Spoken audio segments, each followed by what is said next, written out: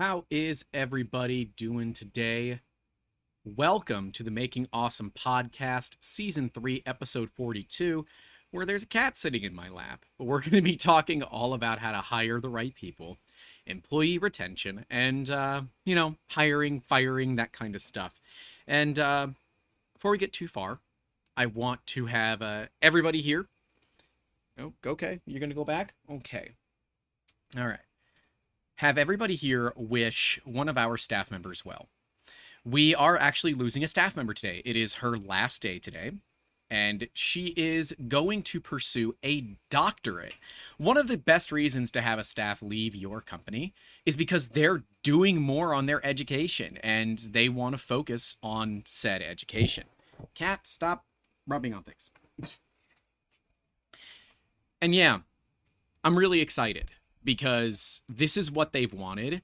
And as a manager, it's kind of my job to make sure that they can get what they want, right? And help them achieve those goals. That's the job of a manager. All right, Miss Kitty. Miss Kitty.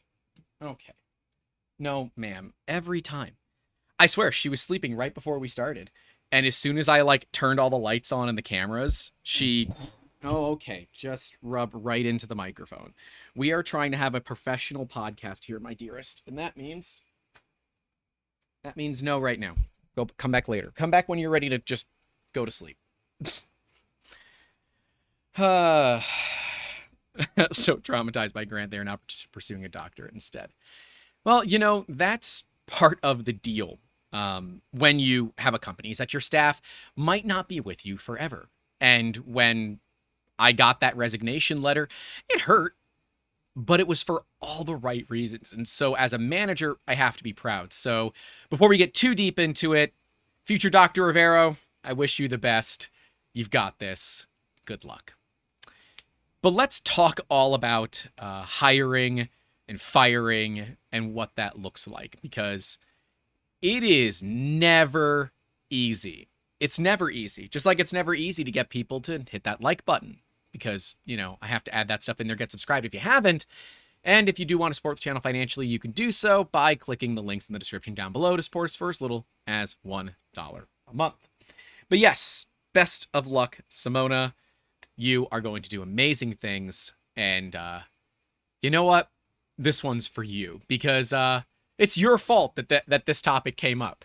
Because we don't have a lot of turnover. That's the thing that we love about 3D Musketeers, is that staff don't normally leave, right? They stick around, and while they might have other things going on in their lives where they're not able to work with us all the time, our staff are all independent contractors. So they don't have a W-2. It's a 1099.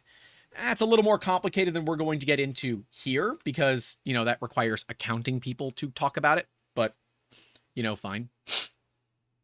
But there are some tricks of the trade to understanding a good interview, what it looks like, and, well, why. I can't say I'm the best interviewer on the planet. In fact, I know I have some faults, but I know what I'm doing to some extent. Part of life is kind of learning how to figure things out along the way, right? The F around and find out, and you make sure you don't have your numbers too high. But what my focus has been is developing a team of people that really just want to make awesome. It's why the podcast is called the Making Awesome Podcast. It's why our upcoming classes are called the Making Awesome Academy. And it's why I always tell you guys at the end of every video to keep making awesome. Because awesome is well defined by you. Not by me, but by you. Oh, damn it. My Fathom note taker is trying to join. Exit. Go away. I clapped. I instinctively clapped. Editor Andrew's getting the best of me here. I am well trained. I am well trained to do the clap. Even though you guys didn't hear the Zoom sound, I'm well trained to do the clap for the cut. Oh, that's funny. We only have 10 people here. Did I screw something up? It's so weird for us not to have a lot of people hanging out. It's the same time. Did I screw something up? Hope I didn't. And fingers crossed, I've downgraded OBS to 29.0.2, and so far it seems to be working okay. So, yeah, I don't know. Share it on social media so more people can come in here and hang out.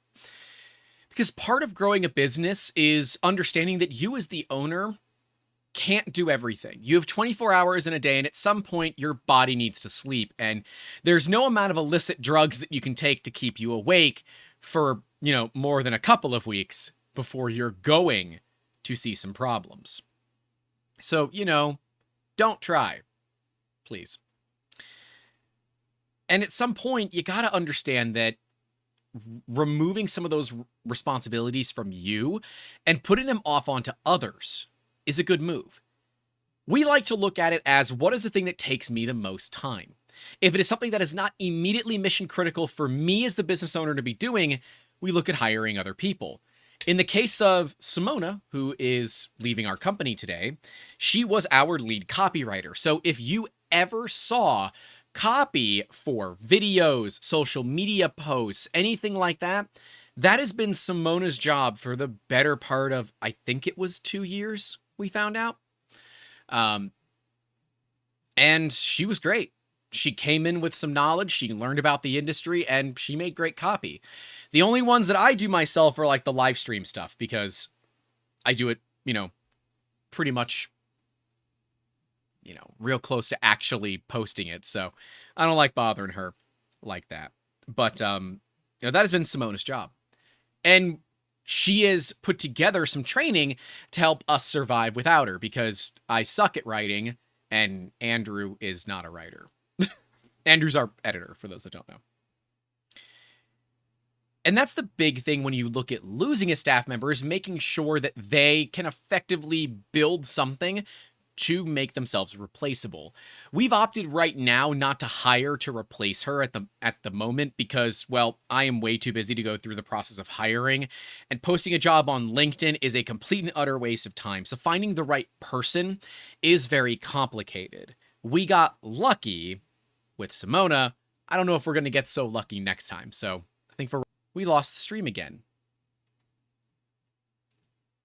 It is absolutely this switchboard program that we use. Huh. And no, we are not going to replace Simona with ChatGPT. Don't worry. That's so weird. It's switchboard. I've absolutely identified it as switchboard, and I don't know why. I might have to look at fixing all of that stuff. No, it's the multi-streamer that we use. So it allows us to stream to multiple platforms. Apparently, I got to keep a better eye on it. So, yeah, let's do this instead. Let's pop out the chat for YouTube, and let's keep an eye on switchboard. There. Now I can monitor kind of everything at once. Although Zombie Hedgehog was telling me that I can add YouTube comments onto the side of OBS, and that is objectively pretty cool. So, yeah, sorry. It's absolutely on me, I guess. We would do StreamYard, but it doesn't do some of the things that I need it to do. So, yeah. Oh, apparently... Did I clap again? I didn't clap again, did I? Hope I didn't. And I guess 3D Pine Lab says they stopped on 29 flat because newer versions kept chopping the stream. Huh. I clapped again? Damn it! I've been filming all morning! Sorry! Welcome to Grant being in filming mode still. But yeah. Oh, let's actually get back on topic before I completely screw myself out of topics. Yeah. We need to ask Amber if Grant claps IRL. I don't. Are you supposed to take a shot every time that I clap? Is that going to be the drinking game? Because Andrew can release the unedited clips for our videos. It would be hilarious how many times I have to do that. The big thing about hiring people is making sure that you hire the right person. And that answer is not always as simple as, oh, they fit all the things that we're looking for. Because they might not, right? I would love to have someone that is an expert in 3D printing, that has customer service, that is good at CAD, and can run this business for me. But chances are, if I can find them, they are going to be well above what I can spend on something like that. So, uh, yeah, that's not great. I'm not a fan of that. And as a small business, you can't afford to pay people big money rates. You have to really bring in people for as little money as you possibly can. Oh, here's the cat again. You have to bring people in for as little money as you can and really work at developing them as a team where you hire slow, but you fire fast. It is very easy to hire the first candidate that does a decent job in their first interview, but you can miss some really big red flags if you don't ask the right questions. Part of interviewing is not just asking the right questions, it's getting to know the person. I found that as time goes on, resumes become less and less valuable. With the last 3 years being kind of up in the air for most people when it comes to jobs, you can't ask why they had a year and a half job hole. The entire world was going crazy. It's totally understandable to take some time off and try to figure out what the heck is going on, or not be able to find somebody that's hiring for your role. I totally understand this problem. So yeah, it's an issue. Also, Mad Cat, you can go to their GitHub and download old ones. That's what I did.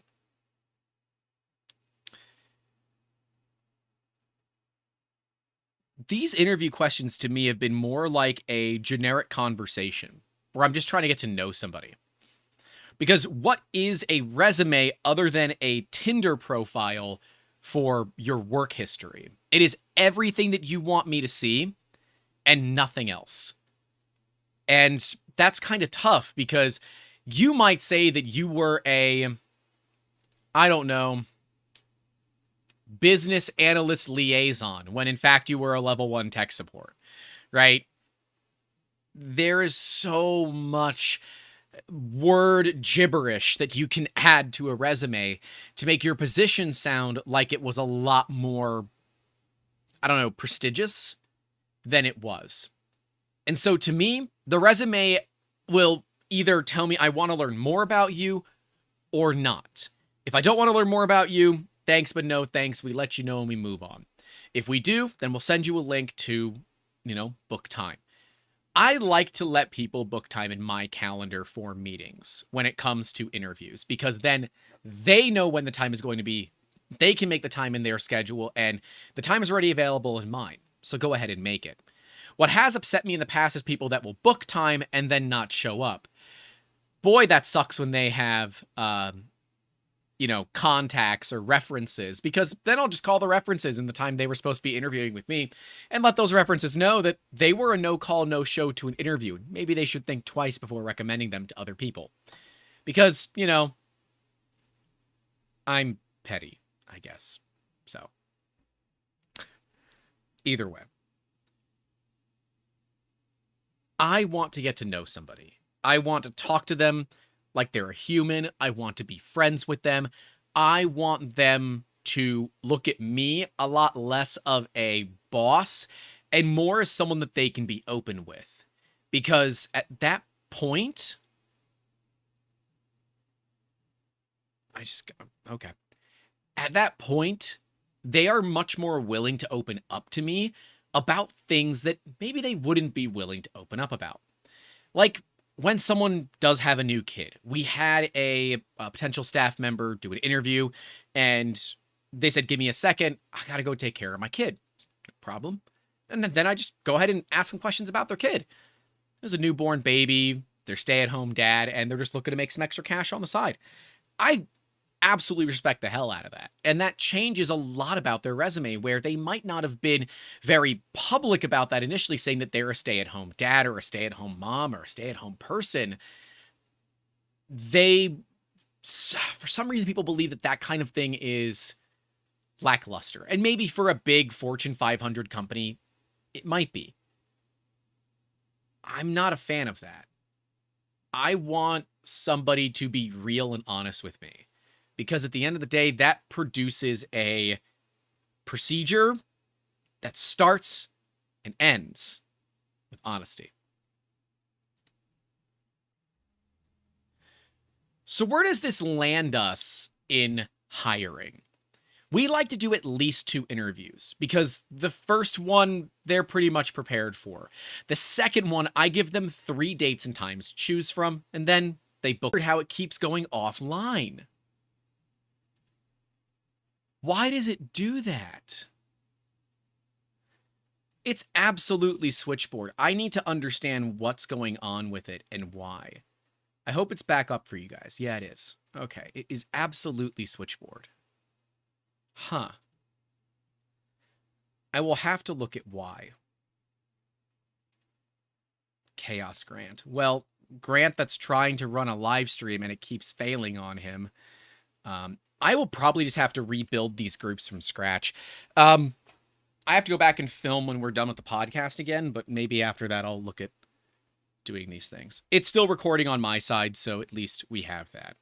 But yes, this is my life of just having to focus on like 18 different things. It's fun. Fun. Let me see if the config is an issue. No. Nope, so far we're okay. Damn it, I did it again. But clapped again. I'm still in filming mode. It's so bad. I never film before the podcast. I'm in filming mode. I clapped again. Oh, it's never a dull day. Man, if you guys are playing that drinking game, you're getting drunk right now. Damn it. Because that would normally be where I say, all right. The clap lets the editor know that something happened that they need to pay attention to.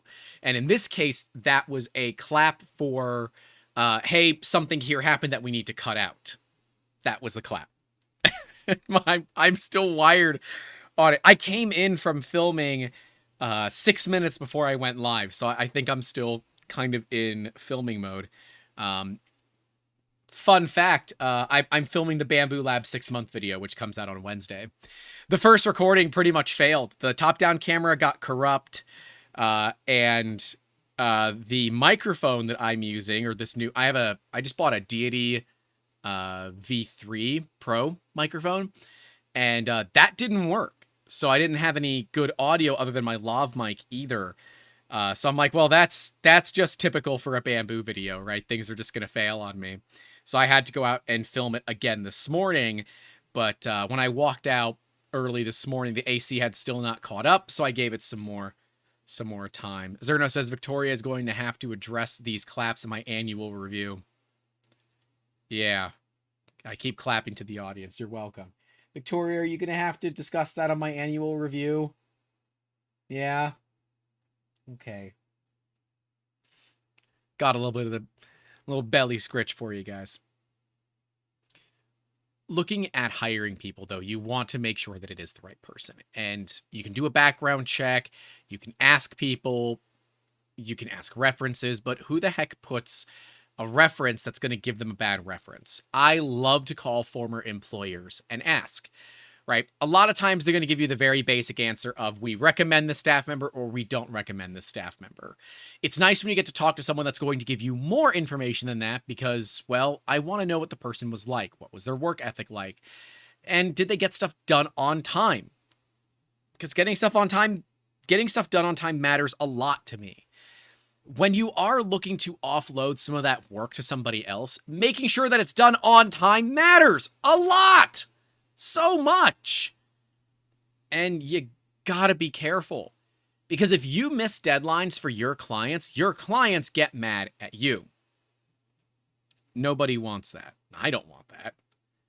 I want people to enjoy their time working with us, not hate it. Right? Wait, it should still be working. Yeah, it is. Wow. Boy, that hurts. Looking at my metrics, that hurts. Yeah. We're fine. We're still alive. Yeah. We're still good. So, how do you know if they are the right candidate? We often like to do a 30-day period where we kind of trial it out. We'll give them tasks that would be what they would be looking at, and we'll start asking them about things they might want to learn. Often you'll see that companies will hire 2 or 3 people for a role and then just cut all but the one that they're actually looking for. If there are multiple people that have a lot of opportunity, then they kind of got to fight it out to see who can do best. As a small business, you don't have that opportunity. You got to find the right person, and you got to find it now. That right candidate is not as easy to find as you think or as you want.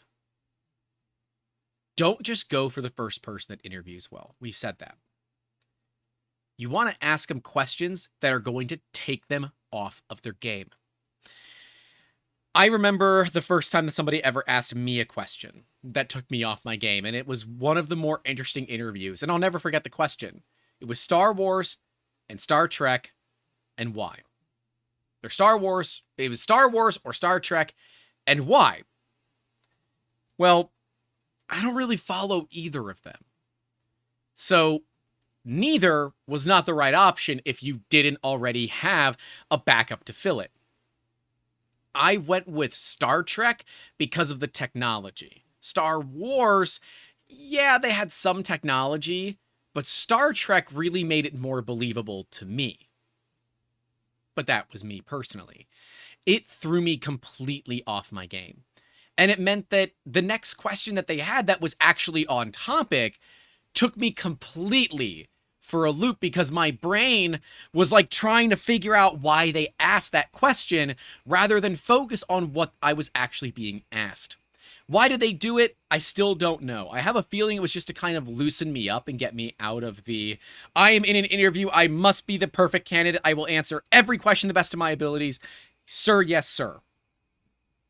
Maybe it was that. I don't know.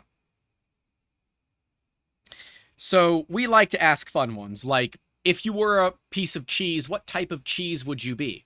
And why? You would think that most people would choose American. And every time someone chose American cheese, I'd call them out and say, why? Why are you American cheese? There is one person that got that I accepted that answer from, and they had spent 7 years becoming a U.S. citizen, and they had gotten their U.S. citizenship 2 months prior before doing this interview. So you know what? You can be American cheese, and I'm fine with that. All the others that chose American cheese were pretty much just choosing the lazy route. And the ones that actually gave me real answers were way more fun, because then we got to talk about why they liked that cheese, what was special about that cheese, right? And I like that, because it gets them thinking about questions that, you know, well, where do you expect to see yourself in 5 years? Dude, I don't know where this company's going to be in 5 years. I can't be asking a staff member that question because nobody knows this answer, right? If you're a publicly traded company, you have a general idea of where you're going to be in 5 years.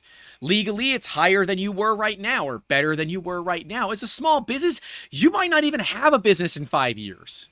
So, you know, figure it out.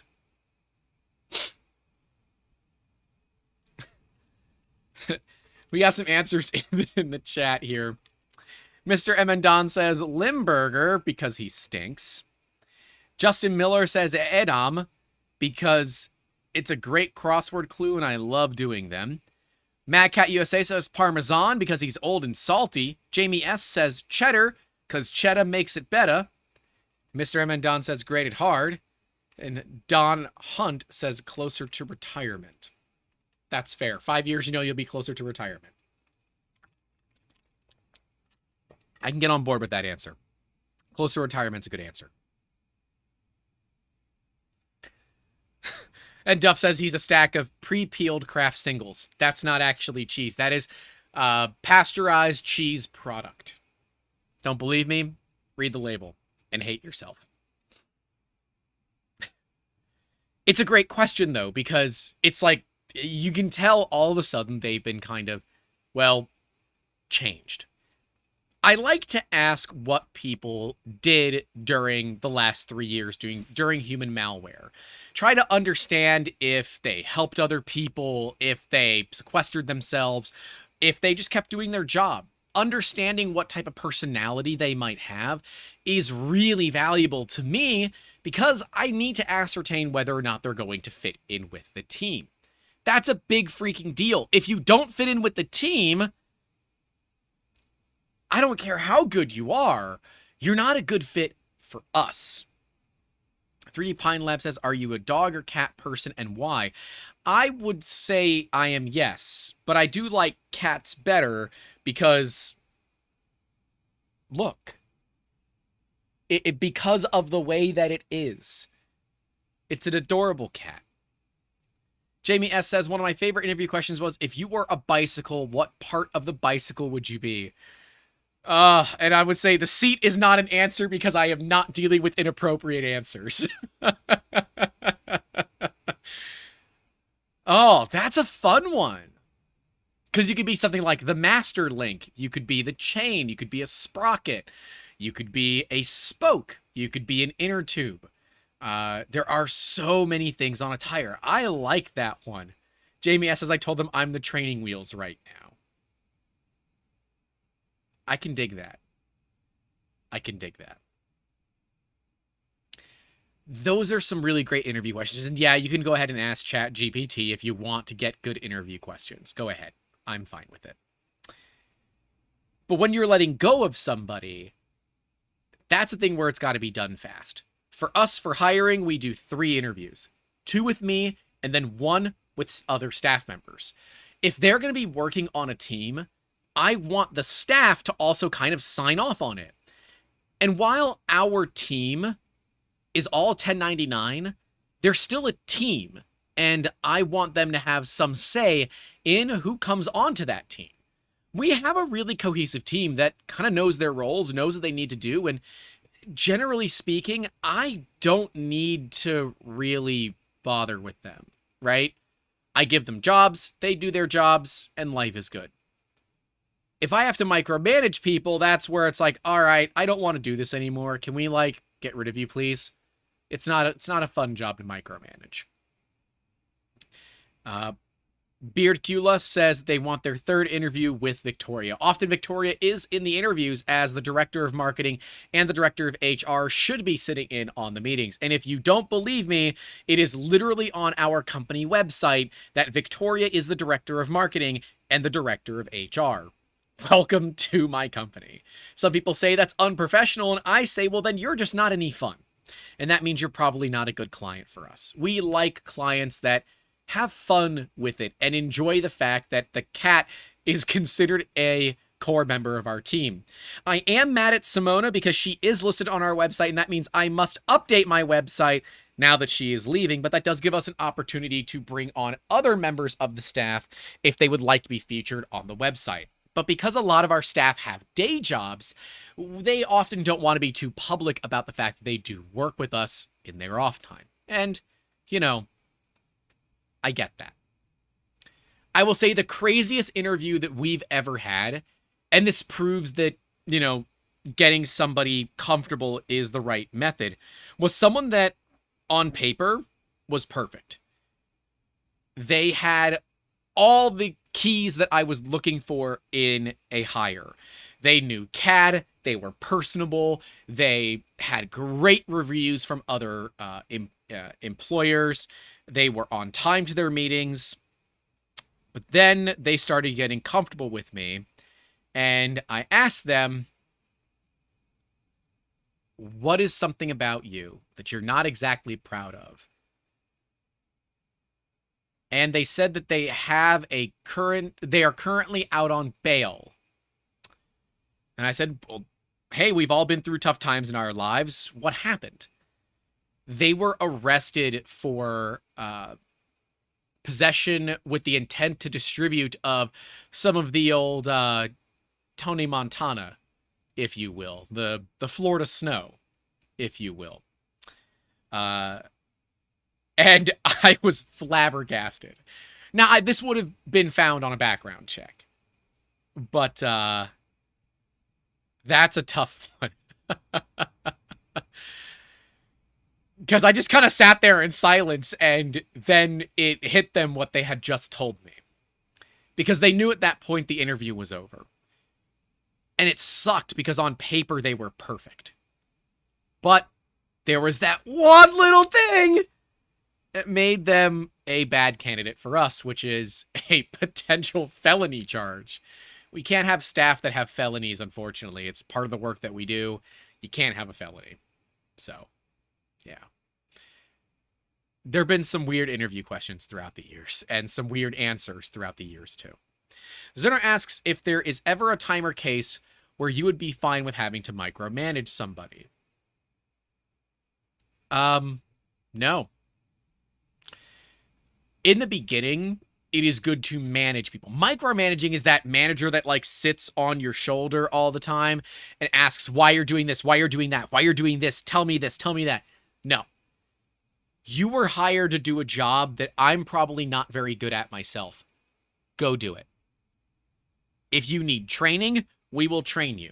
If you want to be left alone and you do your job, then I'll leave you alone and you can do your job. If you want me to help you, I will help you. But I'm not going to sit there and be like, hey, how's this going? Hey, how's this going? Hey, why are you doing this? Why are you doing that? What are you doing? Why this? Why that? No! Nobody likes that. And if you find yourself having to micromanage people, then maybe it's time to look at your managerial style as the problem and not your people. Or, maybe your hiring style as part of the problem and not your people. Because oftentimes, problems in teams don't come from the team. It comes from the managers. And if you as the business owner are the manager of the team, you might actually be the problem. And that's okay. But you have to recognize that you are fallible. Just like every other person, you have faults. And if you don't recognize those faults and look at finding them, then you are doomed to have a team that will fail you every single time as well. Simona tells me to hire a web designer. I could, but for the amount of time that we need a web designer, it's probably not worth it. And finding someone that would fit the criteria that we need for the small stuff, I'll handle it myself. I'm not too worried about it. It's not that difficult.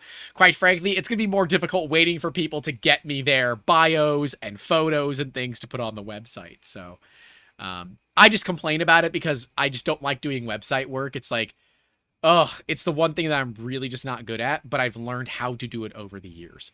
Part of being a business owner is that you should know how to at least partially do a lot of the roles inside of your company. I will say the one role that I can't do, because I've never really learned it, is editing. Simona came to the channel when we had less than 500 subscribers. I think it was actually less than 400 subscribers. And now we're coming up on 35,000. And it's pretty cool to kind of see how she's grown in her writing, how the company's grown, and how the channel has grown in part to her writing style. It's probably something Andrew and I will never be able to copy because it's a style and it's really cool. But again, I'm okay with that. I am 100% okay with our staff leaving for good reasons. I will say this is not the best reason we've had a staff member leave. The best reason that we've had a staff member leave is that they were poached by Sony, and Sony was looking to pay them 5x what we were paying. Go ahead, Sony. You can take him. You can take him. Macca says, gee, if only Grant knew someone that worked someplace where people went to school to learn how to design, maybe he could get an intern. Ah, wrong type of design. But we do have interns from Ringling, so I still win that. Margaret is literally from Ringling, you ding-dong. She's the one doing all of our awesome new merch that's going to be coming out soon. And if you do want to see that process and what that looks like from behind the scenes, the $10 tier and higher on our Patreon, PayPal, or YouTube channel members gets you in to see all of that stuff live when we do it in the Discord. So come and hang out. And I'm sure there's quite a few of them hanging out live right now as well. Oh, just Mad Cat and Zerna are hanging out in the live chat. And yes, the merch is going to be incredible. And most of it is surrounding the cat. You're welcome. Hiring is something that should be done very, very, very slow, where firing is something that you need to do fast, real fast. You don't want to keep someone that is toxic to your company around any longer than you possibly can. Obviously, make sure that the laws in your state allow you to do this, but Florida is an at-will state, which means I can fire someone for a good reason, bad reason, or no reason at all. For 1099s, it's a little bit different than W-2s, right? Because they're independent contractors, we can just stop giving them work, and then naturally, they are fired, right? If you don't get work, you got to go somewhere else. But if you are a W-2, you really, you have to be more careful about the laws. You have to make sure that you're not firing for something that is discriminatory, right? And if you are in an at-will state, you have a lot more flexibility than you do in a state that is a right-to-work state. Now, I'm not an attorney. This isn't legal advice, so consult your local labor attorneys before you make any moves like that. But if somebody is being mean to your company and they are internal, it's time to get rid of them, because that toxicity will turn you into, a company of bamboo fanboys rather than a company of people that just want to get stuff done. You feel me?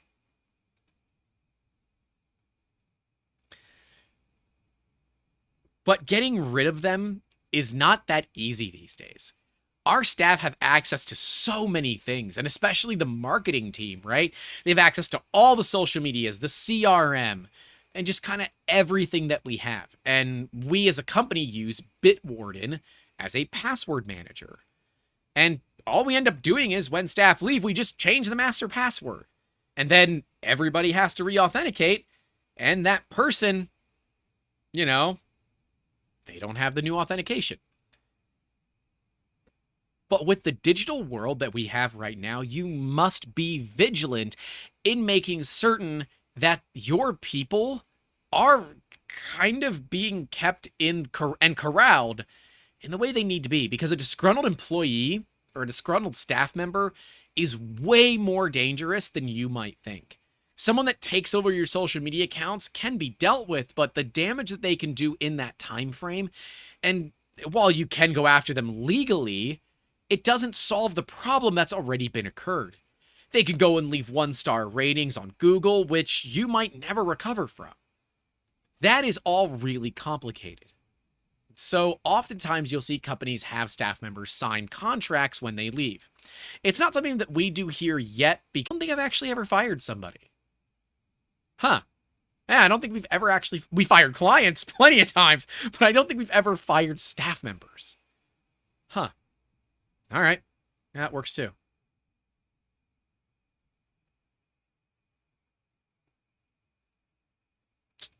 Weird. It said the stream just went down. No, it's back up. Okay. All right. Whatever.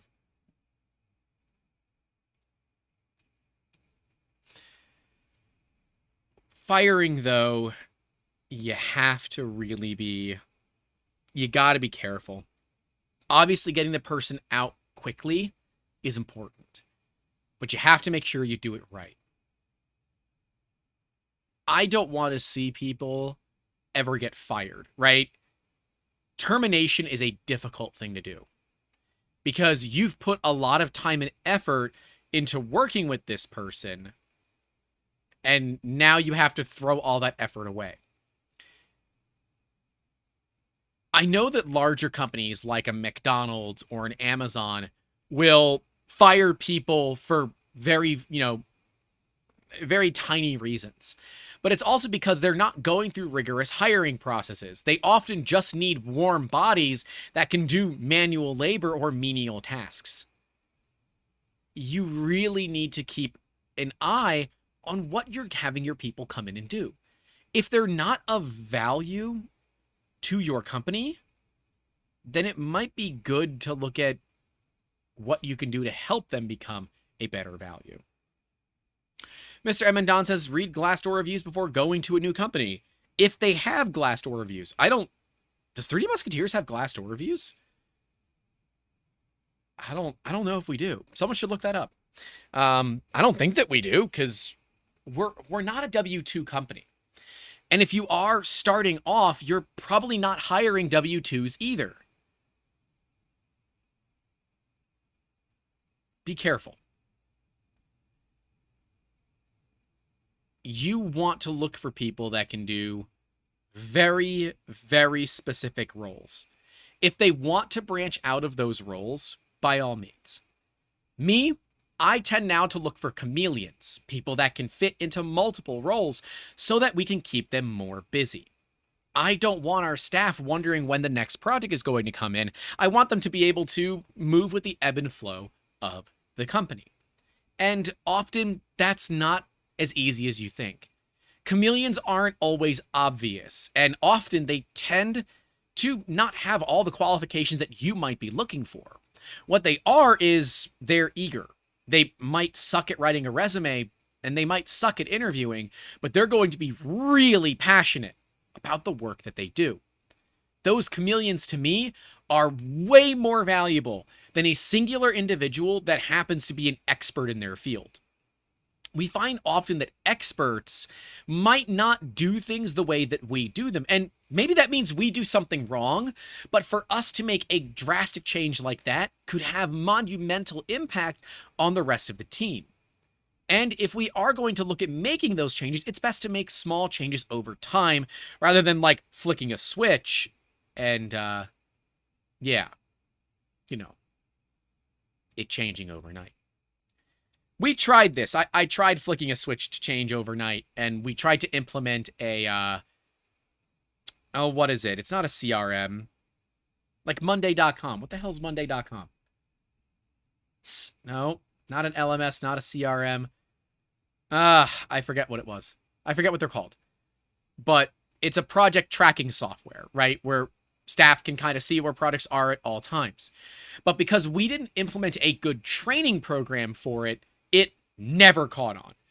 Because everyone was used to doing things a certain way. And since I didn't even know how to use this new program, I couldn't properly tell people how to use it. And therefore, it actively failed. But that's okay. That's part of business. You got to be able to move with that and say, oh, that sucks. Let me put that on a back burner and learn more about, well, better training myself and building training manuals than, just throw it on my team and tell them to drink from the fire hose.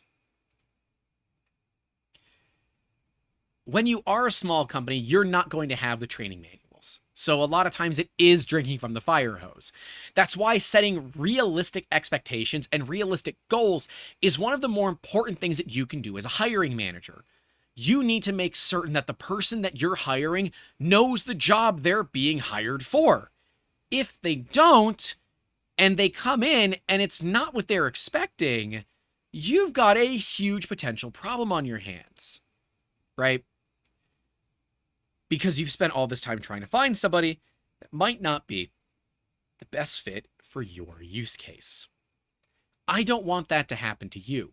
So if you can't well define what this person needs to do, then you're probably not ready to hire somebody. And instead, you need to take some time to figure out what that job role actually entails. You as a business owner might naturally know what certain things take because, well, you've messed around and figured it out over times. But the staff member may not know exactly how you want it done. What I found best is to film myself doing the project. Now, I have experience filming, even though I still clap on live streams like a big stupid dummy. We are up to 3 claps on this live stream. But that doesn't mean that I'm perfect. In fact, I kind of suck sometimes at properly depicting what it is that I do. Because there are things going on up here that I'm not making external, right? I'm not talking it into the microphone. I'm not physically showing it. I'm just running the numbers or I'm doing whatever it is that I need to do in my head. Which means that someone that's watching this video can see the hamsters turning, but they don't know what they're saying. It's like my team. I need to share that with my team.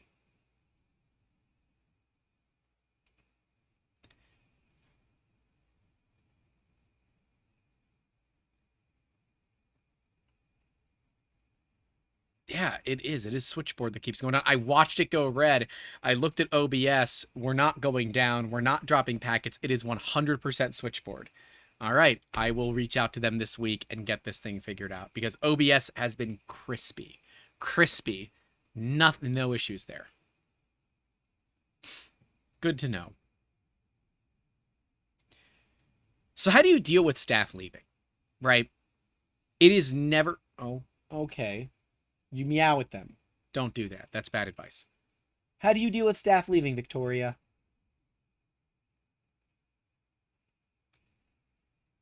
She doesn't say anything. Dealing with staff leaving can always be tough. And it is traditional that someone gives you a 2-week notice. Simona did, which is nice. But sometimes they don't. And they just leave, right? They'll leave your company chat. They'll turn off their email. And they'll log themselves out of everything, and that's it. They're gone. That's not always easy either. The 2-week notice is generally so that the company can work on replacing you. Often I say instead that I'd like you to really kind of dictate. Oh, okay. Are we? Okay. Oh, ow, ow. Big stretch? Big stretch. Okay. All right.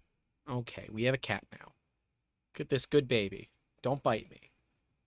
Don't. Why? You literally just got out of your bed to choose violence. Don't choose violence, cat. Don't choose violence. Uh-oh. Damn it, cat. No. No. No. No. You can't. Stop it. Away you go. I'm sorry.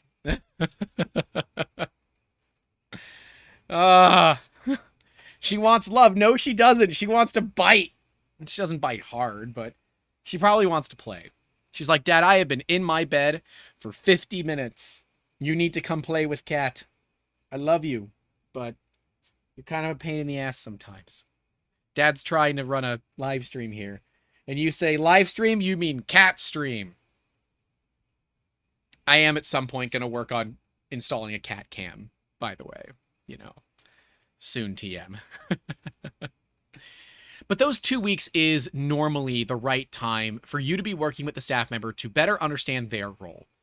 When you hire somebody, right, their role might be well defined, but as they work, their role changes. There is some movement to that role as they go through. So the first thing when we get some sort of a resignation letter for me is I reach out to the staff member and say, hey, put together what a day in the life for you looks like. For Simone, I said, hey, put together a, best practices for writing copy. Simona really does a lot of the copywriting for us and has honestly been a great source because she knows the industry, but doesn't necessarily care a ton about it. And you might say, well, Grant, that seems like someone that doesn't care about the work that you do. You're wrong. She cares a lot about the work that we do. She just doesn't want a 3D printer. And that makes her a great kind of, source. I don't know. I can appreciate the hell out of that. And so I said, I want you to kind of work through this. In that time, you as the hiring manager need to start putting together everything that you believe they've done, get it into a job description and update the old job description that you have. Update compensation as well, because probably what you hired them in at is not what you're paying them now. At least I hope it isn't. And you then need to get that job posting back up. You need to make sure that it's done right. Look at what you did wrong, look at where you could do better, and utilize that knowledge for the next person, or utilize it, in our case, to train your current staff into covering that position for you. But you need to support your team. The biggest thing about hiring is that if you're not there to support your team and they don't feel supported, they're not going to stick with your company because they don't care. Right? This whole idea of quiet quitting, which is crazy to me. Our staff don't do this. They just get really busy. When they're not busy, they work with us all the time. quiet quitting is this idea of, if you're not going to pay me to do the extra work that I'm doing, then I'm not going to do the extra work. And you know what? I feel it. It's not like what it used to be for our parents, right? Our parents and grandparents went into jobs and got paid maybe close to minimum wage. But minimum wage back then was able to buy a house or a car or had some bigger value than minimum wage does today. Minimum wage in the state of Florida is less than $10 an hour right now. You cannot live in Florida on $10 an hour. You cannot do it unless you're living out of your car. You can't have an apartment. You can't have a house. You can't have any of that at $10 an hour. So you need to pay your people accordingly. The first place where people stop feeling valued is if you don't actually pay them what they're worth. The cat did want to play. She's on top of her cat tree right now, screwing around. Yeah. I'm like, I heard noises, and I look, and she's on top of her cat tree messing around. She didn't want to play. I know my cat! Like the guys that say, I know my car. The first thing you got to do when you're going to try to support your team is make sure that you're financially supporting them. We have created a really great team that feels very open and honest about reaching out to me. If they have a need, maybe they need some extra cash. We had a staff member whose significant other lost their job, and they found themselves in a single income household, and they weren't going to be able to make ends meet. And they said, hey, I know that I'm on a net 30 pay, but do you mind paying out earlier so we can make sure that we can afford everything? I have no problem doing that. It hurts me financially, but I don't care. Because if I told that staff member, no, you're on a net 30, you get paid on net 30, your problems are not my problems. Guess what? You've just lost another staff member. You need to meet them where they need to be met. And we've built a system where I hope our team feels comfortable asking for a raise when they need it. And when I do the math and realize you're being underpaid, I instantly give people raises. Our company minimum right now is $15 an hour, and I hope to be able to put that up to $20 by the end of the year. It's tough. Our work is not consistent enough, but hey, it is what it is. You have to make sure that the employee or staff member is not taking advantage of you either. Your kindness can be something that can easily get taken advantage of. So when staff do have issues or they are asking for raises, I say, all right, let's talk. Let's just have a phone call. Let's have a meeting. Let's talk about why. And if it's, hey, I haven't gotten a raise in a couple of years, I'm like, oh, crap, I'm sorry. I've missed that. I still, your last invoice that you submitted, resubmit that with your latest pay. Let's do that. Most jobs aren't going to do that.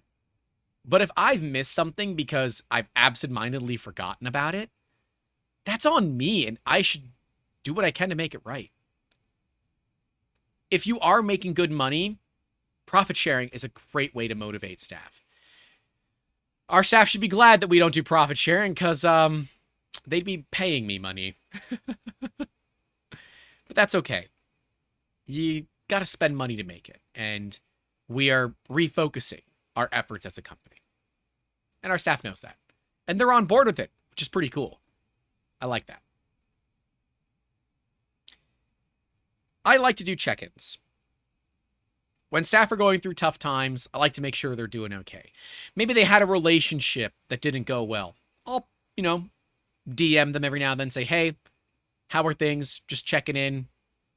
I don't care about your deadlines. I want to see how you are doing personally.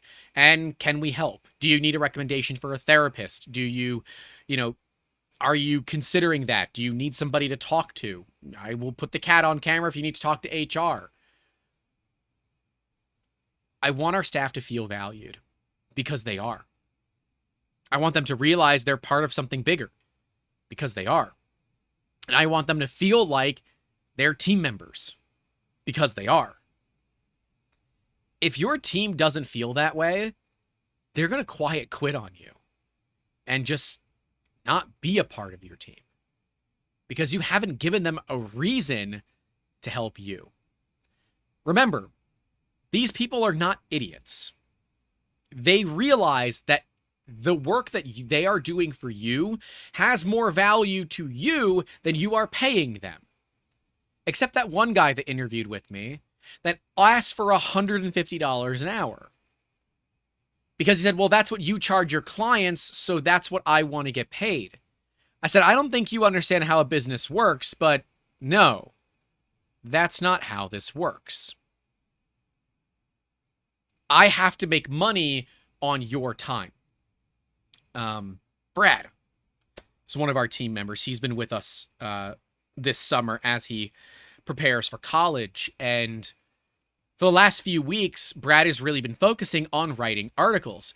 Brad is a monster utilizing ChatGPT, and Brad is also really, really well read in the industry. So he's having ChatGPT help him write articles.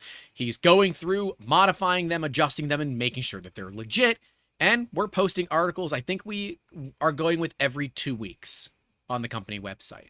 And at the same time, he's filming videos as to how he's doing it so that anyone that takes over after him, or maybe I have a really cool topic that I want to write a piece on, but I don't have the time to write the full piece, I can see how he did it. That is someone who understands being a team member. But Brad is getting paid to make articles that likely won't result in a lot of business, but it is good for SEO for our company. So I can look at what that ROI might be.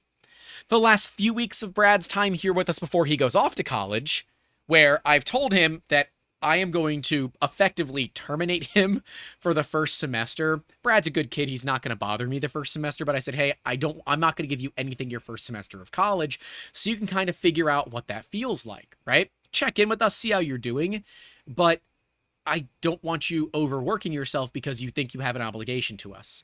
Your obligation is to yourself, and then you have an obligation to the company. And if you can't cover your own personal obligations, then how can I expect you to cover your obligations to my company? That's not how this works. Brad is going to be working with us to identify potential channel sponsors because, well, I want to turn YouTube into a profit generator rather than something that eats away profit. It's why we talk about Patreon, PayPal, YouTube channel members, and the fact that you can join those for $1 a month, right? It's not expensive to support our channel, and with higher tiers, you get more benefits. And the $10 tier or higher being that you get to come hang out with us live in the Discord, where there's quite a few people there hanging out.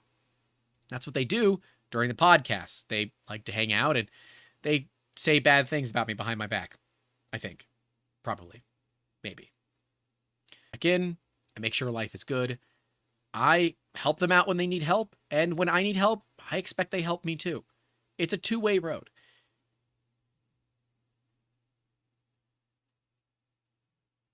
That's so weird how Switchboard goes down. Come on. Come back up. There you go. That's so weird. It's absolutely a Switchboard thing.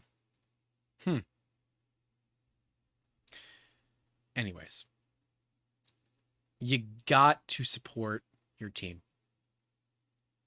That is really one of the best, the best pieces of advice for hiring and firing is literally support your team. You can hire some of the brightest minds in the world, but if they don't feel valued, why would they work with you? It's not simple. I'm not going to sit here and tell you that, oh, it's easy to hire people. It's not. It's not.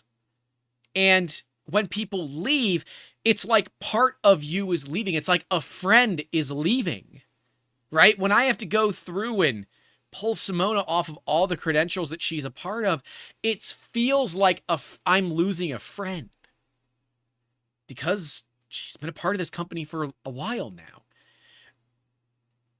But really what's happening is that friend is moving away.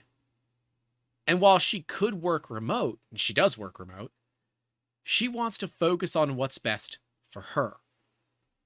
And as a manager, the best thing that you can do is develop your team.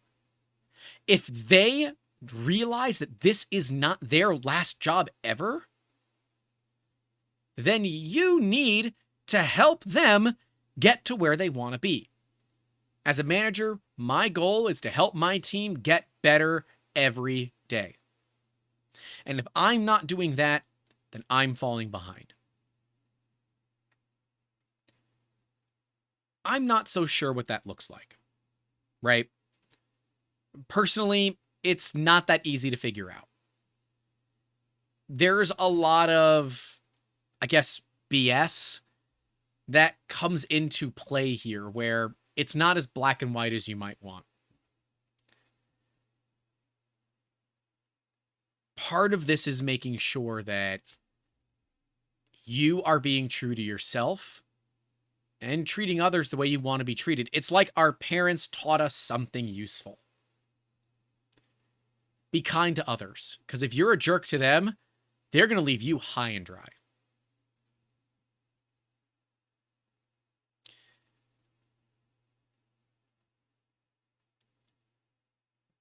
I am not the end-all be-all for this.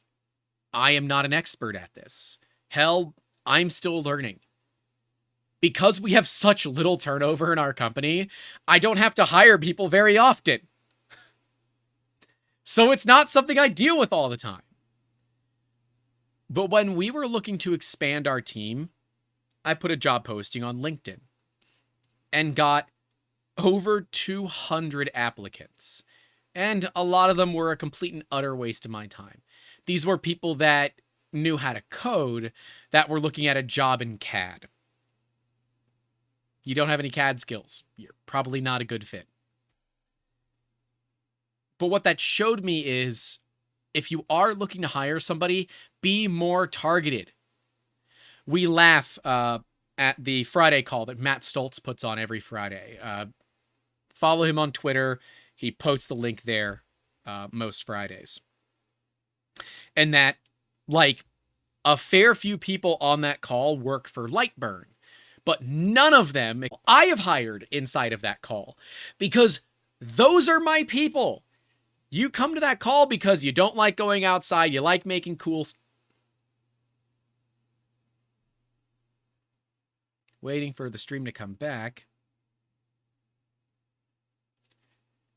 That's so weird. It is absolutely... Yep, there it is. Okay. Oh, Grant almost clapped. He didn't clap. He almost clapped. He didn't clap. You don't get that one. I didn't clap. You don't get that one. But Lightburn has been hiring inside of the Friday call for years, as have I, because these are my people. They are exactly what I look for, right? They're makers, they're people. Clap count 3.2. Take half a drink. They're makers, they're interesting, they've got hobbies, they've got all these things that I want to see in people. So instead of blanket posting jobs to Indeed, Monster, LinkedIn, Facebook, wherever the hell you put jobs, you find communities where the people that you're looking for, that have the skills and talent that you're looking for, congregate and hire out of those. Because the fact that somebody is a part of that community already puts them 3/4 of the way to being the right person for the job. Period. Brad, Justin, Mitch, Amos, who else? There's been quite a few people that we've hired out of, that call. Build on Sound says, I understand a lot of mechanical and electrical mechanics and can look at something at a glance and already can have a rough understanding of how it works when it comes to coding. Oh, when it comes to coding, they're totally useless. Me too. Don't understand a damn thing about coding. At least the clap counter isn't going crazy like a sorry counter on a Pez Liz stream, Zerno says. Yeah. Filament Stories, Courtney, great channel, by the way. Go follow Filament Stories. Says, it's always better if you can find someone who you know that fits what you're looking for and you already know them and their desire to talk about whack things. It's true. Oh, God. Hi, Kat. Jeez, that was aggressive. Welcome back. Did you have an important meeting you needed to get to? I guess so. I 100% agree. These calls and these hangout things that we do is a great way for me to get to know you as a person. Then I get to know you as a professional because you talk about the professional things that you do, and all of a sudden I'm like, shit, you've got a lot of skill. You've got a lot of skill. You're into some of the weird stuff that I'm into. And we talk all the time like we're friends. And if my team already is kind of friends with me, you're already kind of a friend with me, well, then it seems like you might be a good fit for the company if you have the skills we're looking for. It's perfect. It's ideal. It is the best way to hire people. And I never realized that until it just happened. It's pretty cool. And it is amazing when it does happen. Shishuda says, I can learn a lot more, to be honest, but my boss is extremely understanding and lets me do stuff like randomly disappear mid-work to do errands and go to the doctor, take days off almost without notice, or take a nap and continue to work in the evening when I'm not feeling well, etc. Being able to take a breather for my mental and physical health is way worth more to me than a raise.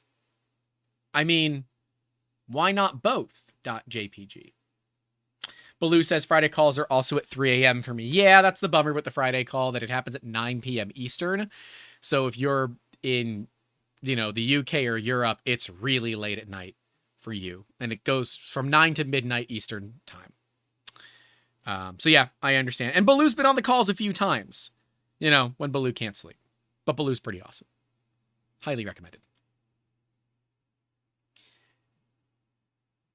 We let our staff kind of do whatever they want when it comes to their lives, right? I'm not going to drug test you unless, all of a sudden it looks like you're on meth, right? I don't really care if you partake in the devil's lettuce as long as you get your work done, right? Just don't have a nasty, hit on a work call, right? Like, pretend like you don't do it on a work call. I want people to live their lives, and when they have some spare time, work with us.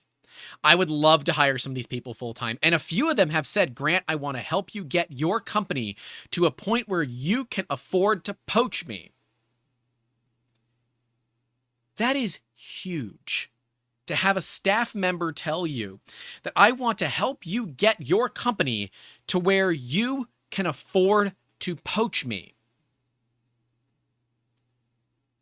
That was one of the most humbling things a staff member has ever said to me. And to be clear, for me to poach them, I'd have to pay them probably around $125,000 to $150,000. Right? But for them to say that to me and properly mean it warmed my cold heart, because it shows that I'm doing something right. And a lot of times as a business owner, you don't feel like you're ever doing a damn thing right. People get mad. People get upset. You get mad because your business isn't performing the way that it is or the way that you want it to. And maybe you're not seeing the growth that you'd want to see. These are all things that can really suck. But a team that is there to support you the way that you support them is one of the most valuable things that you can have as a manager.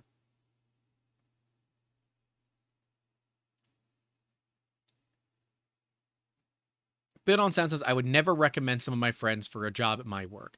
Not meaning that to be nasty, but some of them can't solve basic equations or are utter slacks. Not both, because it's not easy to get a job that has both benefits and a raise. Yeah. I mean, Oh, sorry, that was what Shishuda said. Not both, because it's not easy to get a job that has both benefits and a raise. Well, it could be. Don't put yourself out because you're afraid that you're going to lose the benefits.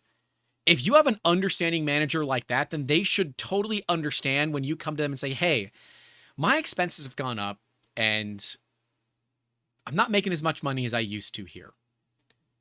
But I really do like some of the benefits that I get, the non-monetary benefits. Like if I'm not feeling good, I can just work when I am feeling good and getting things done when they need to get done. If I need to go out and do errands or go to the doctor, I can just go do it. And you trust that I'll get my job done. But I would like to make a little bit more money. If that's going to jeopardize the things that I've come to enjoy and be able to utilize when I need them, then I'm going to go ahead and say no to the raise. But if there is some extra money on the table where I might be able to, get a little bit more money and do good work for you as I've been doing for X amount of time, then I would love that opportunity. What you're doing is you're giving the manager a ability to say, hey, look, the benefits that you get, that's between you and me. And if I give you a raise, upper management's going to be all up my ass trying to make sure that people are doing things the way they should. I let you do this because I know that you're a good staff member and, hey, I can't do it. Or they say, yeah, why didn't you just ask earlier? You never know the answer to the question. And realistically, if your manager is that cool to let you do those kinds of things, then they should be totally cool with having a very valid conversation with you like that. And understand that no is a completely understandable answer. But be aware, you might get told no. You must be able to walk in and say, if I walk out with nothing more than when I went in, I will not consider that a failure. Thythe Gundry says, the most valuable thing a manager or business owner can have. Without the team, you're going to struggle. 100%. 100% agreed. Sparlik says, even though I'm in a corporate position, our team is great, and our director is part of the team. But I work from home, and I'm paid well. Rarely can you say you love an IT infrastructure position. It's fair. Work from home is something that we've enjoyed. A lot of our team, actually all of our team, works from their own homes. I think editor Andrew is pretty much the only one. He has a co-working space where he goes to work. And for him, that's all about work-life balance. He wants to work outside of his home so that he's not associating his computer at home with work. So what did we do? Yeah, the stream just went down. We're working on it. Hold on. We should be back up. Are we back up? The stream just went down. What the heck?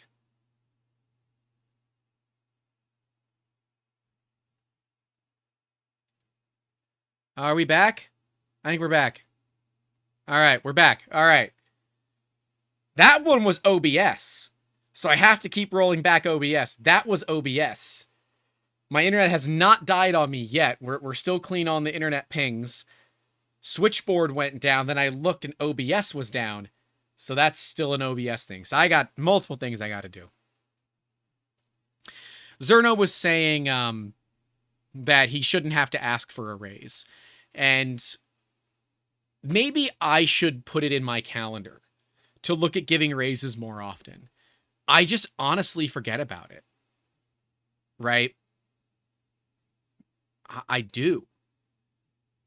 I don't know if that makes me a bad manager, but it certainly says that I have room for improvement. Because I don't pay myself yet, the perspective of a raise isn't there for me because I don't get a raise. I don't get paid. Yeah. I don't know. I guess I got to look more into that because I know we haven't given out raises in a while. My expectation was always if staff want raises, they'll ask for them. And if their performance aligns with getting a raise, then I'll give them raises. right? Zerner says, Grant, be considerate of people who like to avoid confrontation and won't bring up the whole raise thing. That's fair.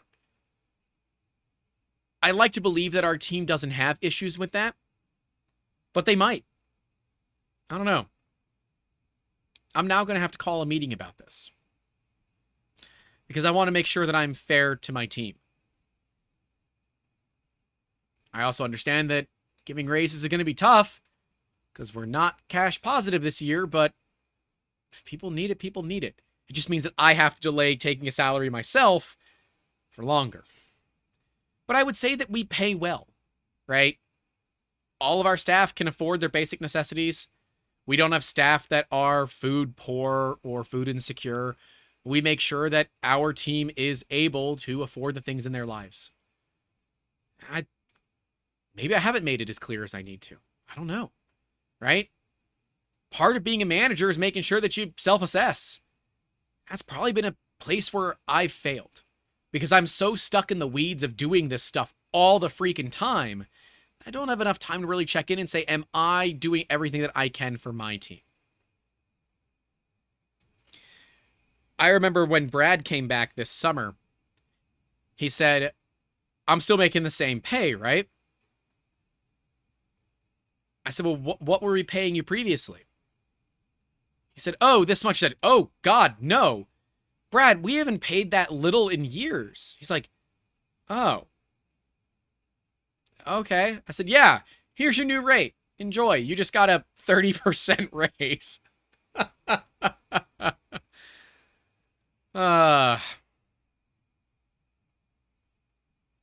Sparlik says corporate often build in raise things into reviews and has a whole process around it.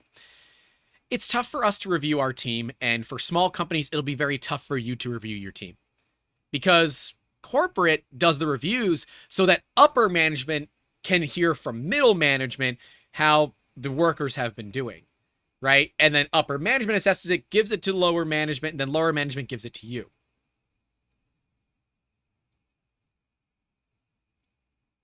In a small business, you kind of know exactly what's going on most of the time. And if you don't know what's going on, figure that out because you need to. You need to figure out what's going on in your company. Straight up.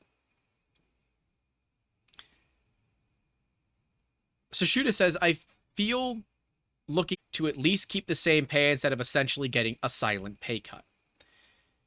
A business would argue that when inflation goes back down, should we then cut your pay to... There goes the stream again. Waiting for it to come back. There it is. We're back again. A business would say that if I'm going to raise pay during high inflations, shouldn't I also cut it? I'm happy to give you guys raises. When inflation happens, I'm just going to raise my prices to accommodate it. But what the hell is going on? We're back again. I can see it on my side, Jonathan. I know that he's trying to keep me on topic, but yeah, I'm dropping like crazy again, and it's not Spectrum. Weird.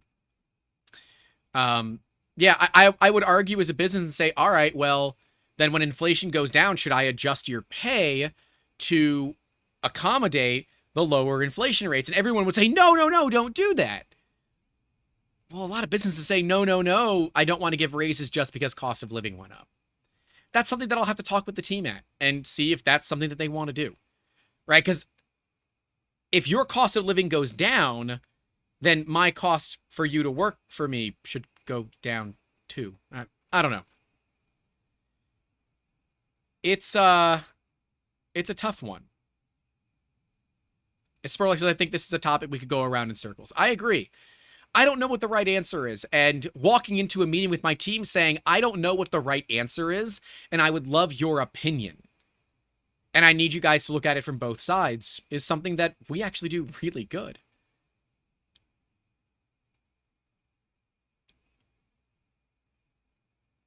I think we should look at giving raises. But that means Grant doesn't pay himself for longer, and Well, I haven't been paid in 7 years, and I really do want to get a raise, to have something rather than nothing. And it's funny because every time the stream drops, we lose people, and it's like, well, there's me getting cut, right? There's me taking a pay cut every time, because viewers have a specific value according to YouTube. So, Don Hunt says prices go up due to inflation. Other than some simple commodities, prices don't ever seem to go back down, and that is 100% fair. I'm gonna call a team meeting. I don't know when. We'll let people try to see if we can get something together where it works. And say, guys, I don't think we've been raising rates for you all the way that we should. And it's time that we pay you all a little bit more money. Let's talk about it. Because you know what? That's important. It's not something that I considered because my cost of living has gone up, but I don't have any extra money. I'm just burning savings. And because it's not something that I uniquely deal with, I guess it wasn't in my radar. Part of being a manager is understanding that you're never going to be perfect. And you might wake up your cat. That's okay. But part of that is realizing when you've done something wrong,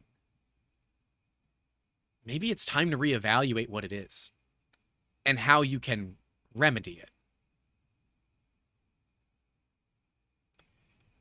Mad Cat says, but at the same time, make sure your staff are aware of your situation too.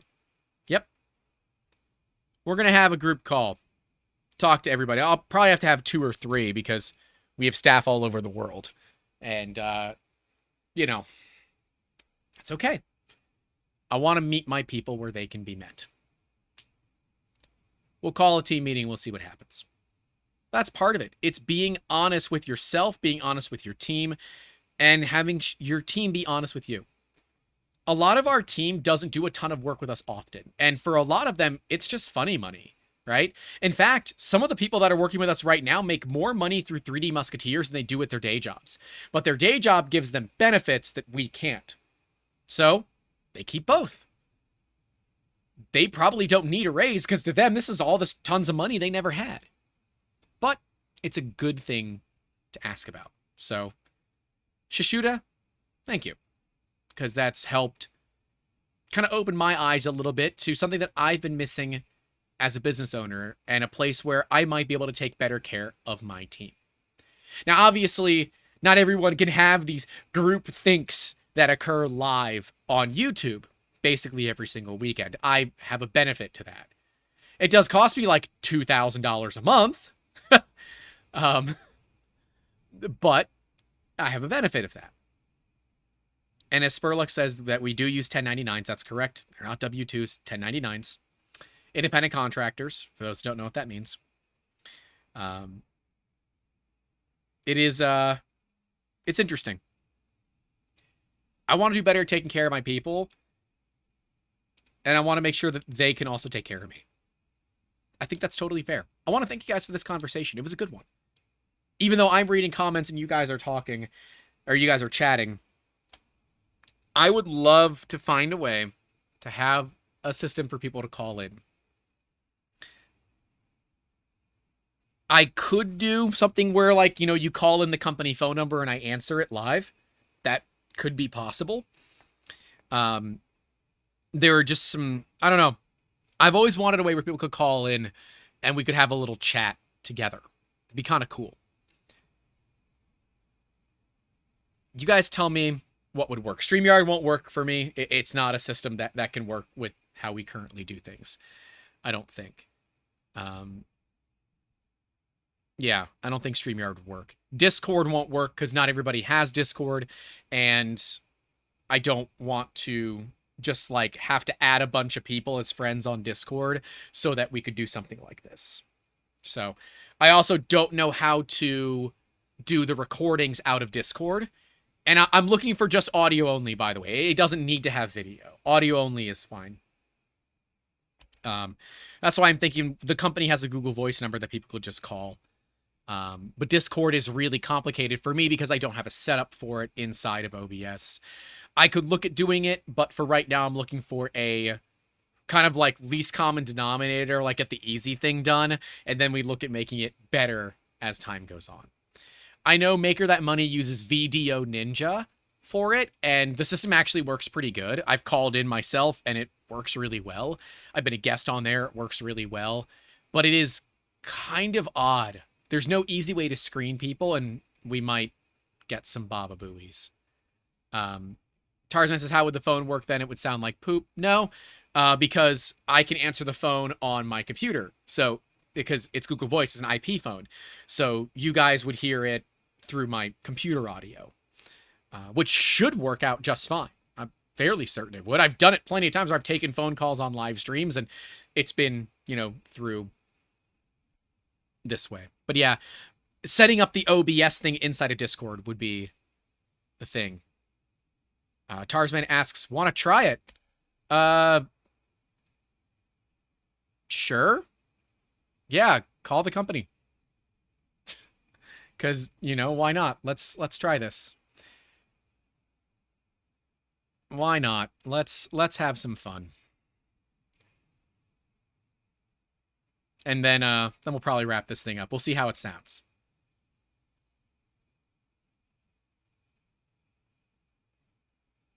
Waiting for you to call.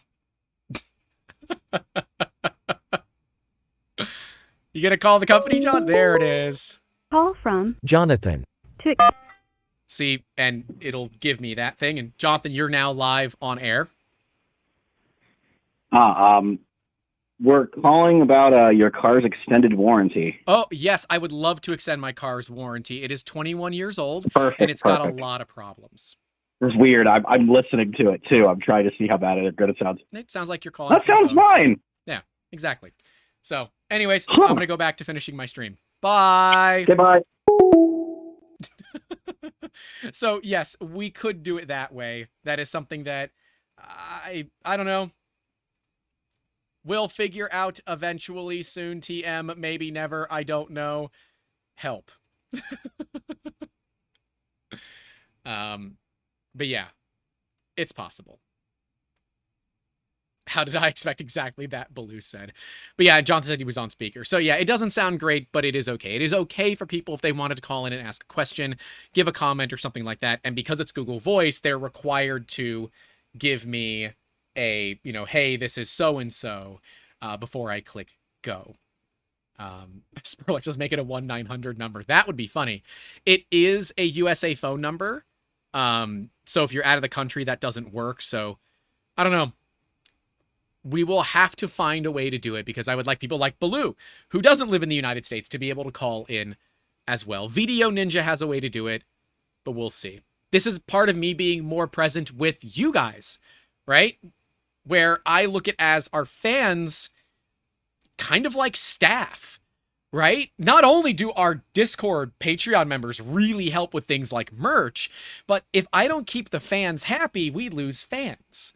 It's a great way to look at a YouTube channel. Now, don't fire fans unless, they become rowdy and toxic. Yeah, no, it actually is pretty much it's like a job. Because to me, this is a job. That's okay. I like this job. It's a lot of fun, and I love being able to communicate with you guys. I just want you guys to be able to have a better communication to me. I don't know.